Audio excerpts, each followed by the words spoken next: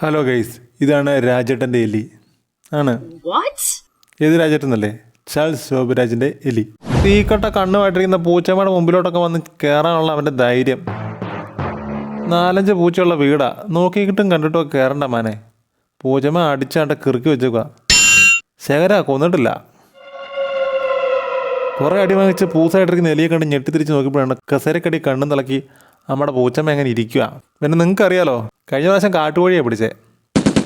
പൊതുവെ എലികളെ അങ്ങനെ കാണാറില്ലായിരുന്നു നമ്മുടെ വീട്ടിൽ, ഇവരുള്ളതുകൊണ്ട്. വഴിതെറ്റി വന്ന് കയറുക.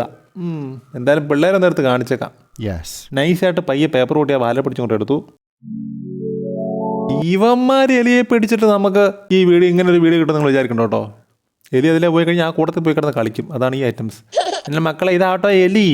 പണ്ടൊക്കെയുള്ള പൂച്ചമാമന്മാർ പിടിച്ച് തിന്നുകൊണ്ടിരുന്ന സാധനമാണ്. ഓ എവിടാ ഇപ്പോൾ പെടിഗിരിയോ ഒക്കെ വേണം അമ്മമാർക്ക് തിന്നണമെന്നുണ്ടെങ്കിൽ. എലിയൊക്കെ പിടിച്ച് ഏത് പൂച്ച തിന്നാണ് ഇപ്പോൾ? അതൊക്കെ നമ്മുടെ ചെറുപ്പകാലത്ത്, അല്ല ചില ഈ പഴയ പൂച്ചകളുടെ ചെറുപ്പകാലത്ത്. അപ്പുറത്തുനിന്ന് ഇൻസുലിൻ ചെടികൾ കിടക്കൊണ്ട് വെച്ചിട്ടുണ്ട്. ഇനി വഴിയൊന്നും വന്നേക്കില്ല കേട്ടോ. ഇപ്പോൾ ജീവിക്കുക, സ്വന്തം കാര്യം നോക്കി, പെമ്പുറത്തെ മക്കളുടെ ഒക്കെ കാര്യം നോക്കി ജീവിക്കുക.